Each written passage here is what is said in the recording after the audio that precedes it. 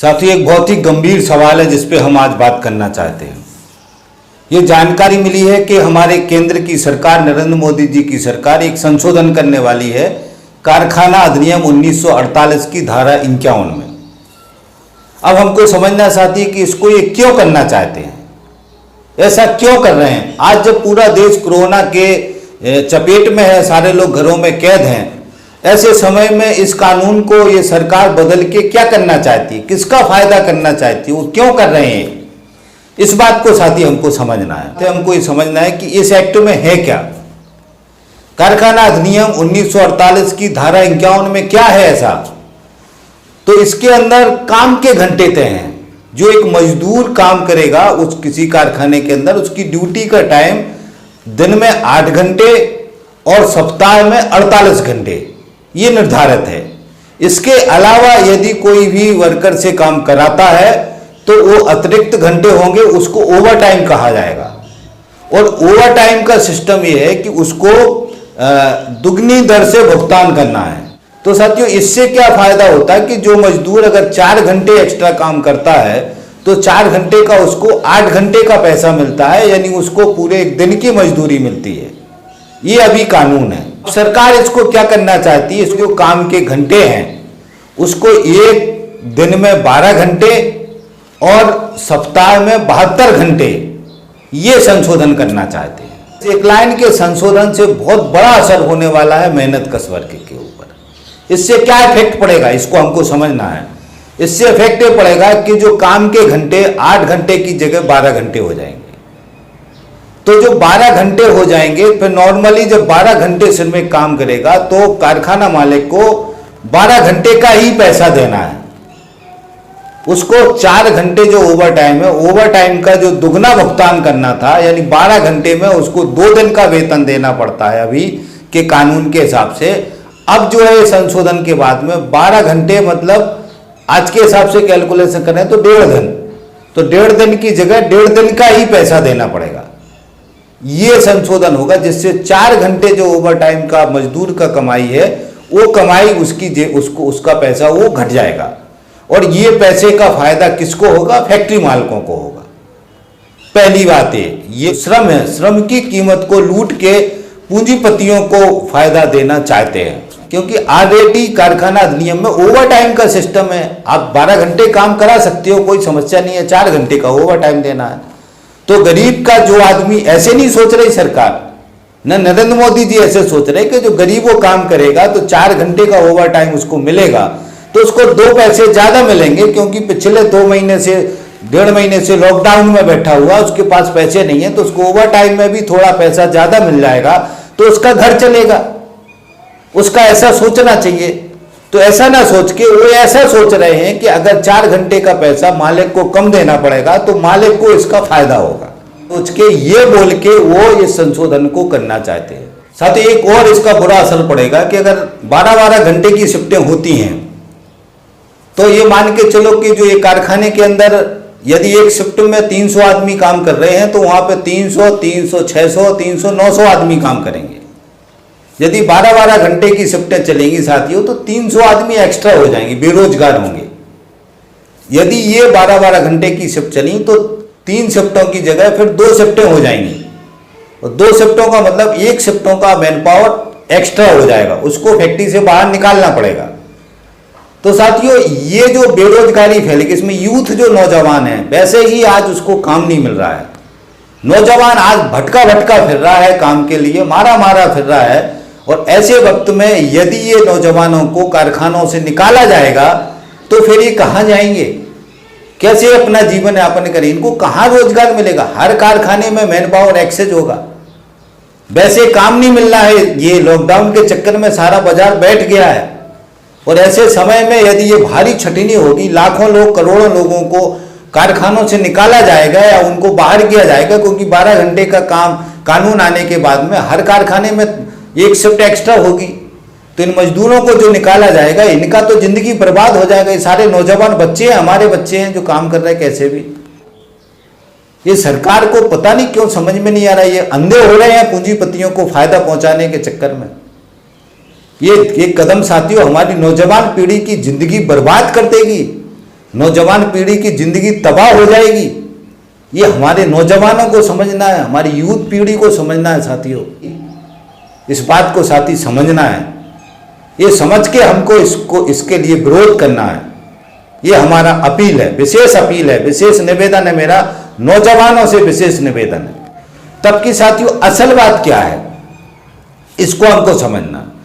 ये 12 घंटे का जो काम का संशोधन है ये सरकार बहुत पहले से करना चाहती है, जिसके लिए देश में माहौल बनाया जा रहा है कि प्रधानमंत्री मोदी 15 घंटे 18 घंटे काम कर रहे हैं, तो क्या वर्कर 12 घंटे काम नहीं कर सकता? जो मोदी का जो प्रचार है कि वो 12 घंटे 18 घंटे काम कर रहे हैं, इसके पीछे का लॉजिक और साजिश ही यही था कि लोगों के माइंड सेटअप को बनाया जाए कि यार जब प्रधानमंत्री 15 घंटे 16 घंटे काम कर रहा है तो हमको देश के लिए 12 घंटे काम करने में क्या समस्या है।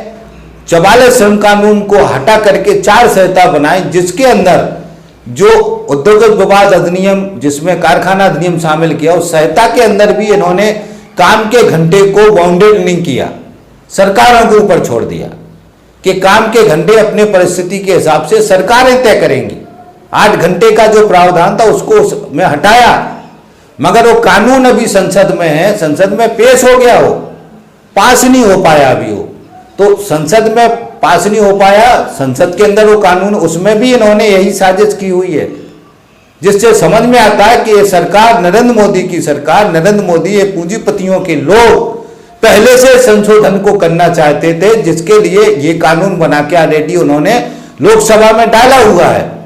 आज के समय में लोकसभा बंद है, तो ये जो 1948 की जो धारा 51 है उसमें एक छोटा सा अध्यादेश ला करके या छोटा सा एक सरकारी ऑर्डर ला करके उस धारा के उस क्लॉज को बदल देना चाहते हैं, जिससे जो वो उसके अंदर संशोधन चाहते थे वो संशोधन इस आर्डर से संशोधन को करके वो इस 12 घंटे का काम और जो है इसको लीगलाइज करना चाहते हैं। अब वास्तविक स्थिति क्या है देश की? विडंबना है देश की ये कि देश की जनता, हमारा यूथ, हमारा कुछ बात को समझता नहीं, अपने जीवन से जुड़े सवालों को हमारा बुद्धि, हमारा दिमाग बिल्कुल बंद हो गया, हम उसको न सुनना चाहते, न समझना चाहते, न हमारे वो समझ में आते हैं। ये बहुत विडंबना है और ये बहुत दुखद बात है। के लिए हालत क्या है देश की? आज की तारीख में श्रम कानून से पूरा स्टाफ, मैनेजर, जो ऊपर का जो लेवल का वो बाहर है, और आज की तारीख में मोदी सरकार के आने के बाद भी, पहले से भी कांग्रेस के टाइम पे भी ये मानसिकता चल रही थी कि स्टाफ को इनको 12 घंटे काम नॉर्मली कराना है। तो आप ये देखेंगे कि 12 घंटे काम लगभग सारा स्टाफ का लोग 12 घंटे काम, 13 घंटे काम, 10 घंटे काम, 11 घंटे काम, इतना मिनिमम कर रहे हैं, रेगुलर कर रहे हैं, उनसे करवाया जा रहा है जबरदस्ती हर कारखाने के अंदर। मगर ये सरकार का टारगेट है, इसलिए सारे लोग मौन है। ऐसा कोई नहीं कह रहा कि यार 8 घंटे से ज्यादा क्यों काम करा रहे हो। जो स्टाफ वाले, जो मैनेजर अगर 8 घंटे से ज्यादा नहीं रुकते हैं तो उनको नौकरी से निकालने की धमकी दी जाती है और नौकरी से निकाला जाता है। ये हमारे पढ़े लिखे गुलाम लोग हैं जो बहुत हायर इंटेलिजेंट है, पढ़ा लिखा समाज है, जो अपने मुंह बंद करके 10 घंटे 12 घंटे काम कर रहा है पिछले कई सालों से। इसके अलावा साथियों जो छोटे छोटे जितने कारखाने हैं सब जगह 12 घंटे का काम चल रहा है। नरेंद्र मोदी के गुजरात के अंदर 90% कारखाने 12 घंटे चल रहे हैं, 2 शिफ्टों में चल रहे हैं, 12-12 घंटे की 2 शिफ्टों में चल रहे हैं। और इसी को ये नरेंद्र मोदी लीगलाइज करना चाहते हैं। ये अभी अनलीगल है, अनलीगल में भी वो 12-12 घंटे की शिफ्टें चला रहे हैं, ना ओवर टाइम दे रहे हैं ना कुछ दे रहे हैं। 12-12 घंटों खाली गुजरात में तो पूरा एक तरफा है, बाकी गुजरात के अलावा बाकी स्टेटों में भी ये 12-12 घंटे की शिफ्टें चल रही हैं। शोषण हो रहा है, ये शोषण के खिलाफ आवाज उठना चाहिए। तो आवाज तो उठा नहीं रहे हम, क्योंकि हम हिंदू मुसलमान में पागल हुए जा रहे हैं। हमको बहुत मजा आ रहा है हिंदू मुसलमान करके। एक दाढ़ी वाले की कहीं कुटाई कर दी 4 लोगों ने तो हम गौरवान्वित होते हैं, हमको मजा आता है, हमको एंजॉय होता है। ऐसा नशा धर्म का और ये जाति का और ये हिंदू मुसलमान का नशा हमारे दिमाग में नरेंद्र मोदी की सरकार ने, RSS ने, इससे जुड़े लोगों ने हमारे मीडिया के साथ मिलकर ये नशा हमारे दिमाग में चढ़ा दिया है। इसका एक पक्ष और है जिसको समझना। 8 घंटे का काम, 8 घंटे आराम, 8 घंटे समाज के लिए, इसका लड़ाई दुनिया में हो चुका है। 1886 1 मई मजदूर दिवस, याद है आपको हम क्यों मनाते हैं मजदूर दिवस? मजदूर दिवस मनाने का कारण है कि वो आंदोलन जो 8 घंटे के लिए हुआ था दुनिया में, अमेरिका के शिकागो के शहर में मजदूरों ने छाती पे गोलियां खाई, कई मजदूर मारे गए। उस आंदोलन के बाद से फिर ये मई दिवस का जो त्योहार मजदूर मनाता है, उसका मुख्य लड़ाई 8 घंटे काम, 8 घंटे आराम और 8 घंटे समाज के लिए ये तय हुआ। और आज वापस हमारी नरेंद्र मोदी की सरकार, ये पूंजीवादी व्यवस्था की सरकार वापस हमको 1886 वाली जो गुलामी थी कि काम के घंटे 10 घंटे, 12 घंटे, 14 घंटे थे, वापस हमको उस गुलामी में धकेलना चाहते हैं। उस समय खाली कुछ नहीं था, मजदूर का जिंदगी एक मशीन की तरह था। अगर उसको 6 बजे ड्यूटी जाना है तो 4, साढ़े 4, 5 बजे उठता था। शाम को अगर उसको 6 बजे छूटना है तो 7, साढ़े 7, 8 बजे अपने घर पहुंचता था। तो सुबह जब उठता था तब बच्चे सोते रहते थे, शाम को पहुंचता था तो बच्चे सो जाते थे। उस आदमी का जिंदगी गुलामों, यही गुलामी थी जिसके लिए उसके बच्चे उसको पहचानते नहीं थे कि हमारा बाप कौन है। और उस आदमी की जिंदगी ये थी कि 8 घंटे काम करने के बाद ना वो समाज के बारे में समझने को तैयार था, समझने के लायक बचता था, और ना उसको किसी से मतलब था। बस उसका काम है ड्यूटी जाना, काम करना 12 घंटे 14 घंटे और घर आना, घर में सोना खाली, फिर जो है 12-14 घंटे काम करना। तो ये गुलामी जो थी, इस गुलामी को रिवर्स ये नरेंद्र मोदी की सरकार हमारे देश के अंदर थोपना चाहती है, जिसके लिए ये कानून जो काम के घंटे वाला कानून है, इसके अंदर वो संशोधन ला रहे हैं। ये कितनी लानत की बात है। अंग्रेजों ने हमको एक कानून दिया, 1948 में बना, आजादी के पहले 1926 में ट्रेड यूनियन एक्ट बना। जब अंग्रेजों का शासन था, अंग्रेजों से लड़के हमने इस कानून को हासिल किया। और नरेंद्र मोदी की सरकार, नरेंद्र मोदी जो है देशभक्त बन रहा है ऊपर से। ये बीजेपी आरएसएस के लोग देशभक्त बन रहे हैं अपने आप में, और ये वो कानून मजदूरों के, श्रमिकों के खत्म कर रहे हैं, जिससे मजदूर का जिंदगी पूरी तरीके से गुलामी में धकेलने वाले, पूरी तरीके से उसका सामाजिक स्तर काटने वाले, इससे देश बर्बाद हो जाएगा। इसको हमको समझना है। ये बात हमारे समझ में नहीं आ रही साथियों। आज का वक्त है कि इस बात को समझना है साथियों। इस बात को समझो। हमको वापस उसी गुलामी में धकेलने की कोशिश हो रही है, जो गुलामी 1886 के पहले थी। समझ जाओ, हम आगे नहीं बढ़ रहे। हमको ये सरकार ये पूरा पीछे धकेल रहे हमारी जिंदगी को। हमारे बच्चों के क्या हालत होंगे, हमारे बच्चों की जिंदगी कैसे निकलेगी, ये हमको समझना है। बहुत सारे कानून संशोधन कर दिए।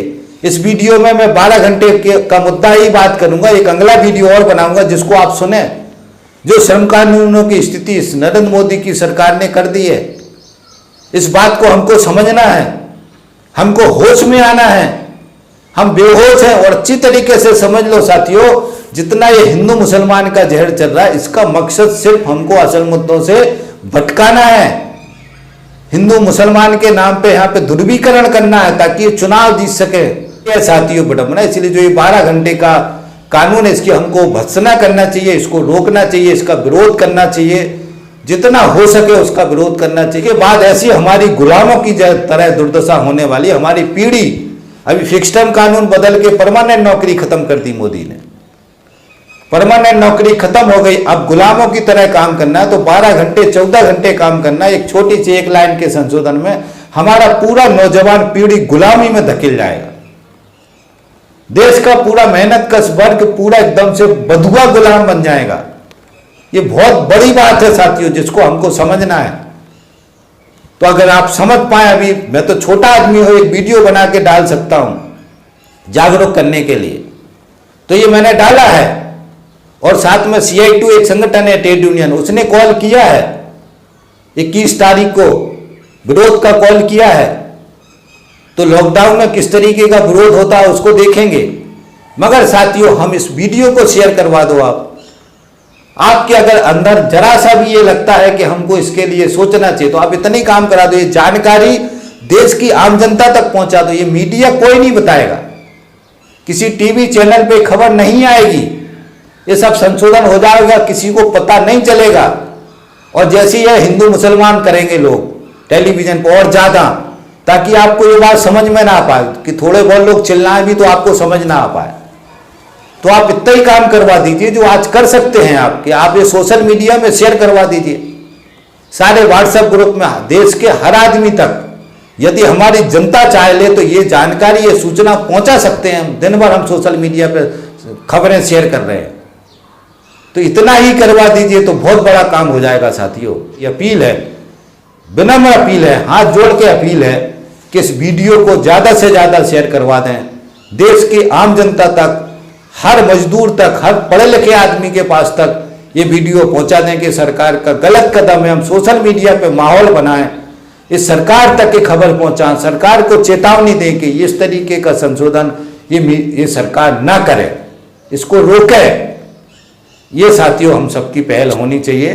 तो इसी आशा उम्मीद के साथ कि आप इस बात को समझेंगे और इसको रोकने के लिए कोशिश करेंगे, इसी आशा उम्मीद के साथ मैं अपनी बात खत्म करता हूं। थैंक यू साथी, धन्यवाद।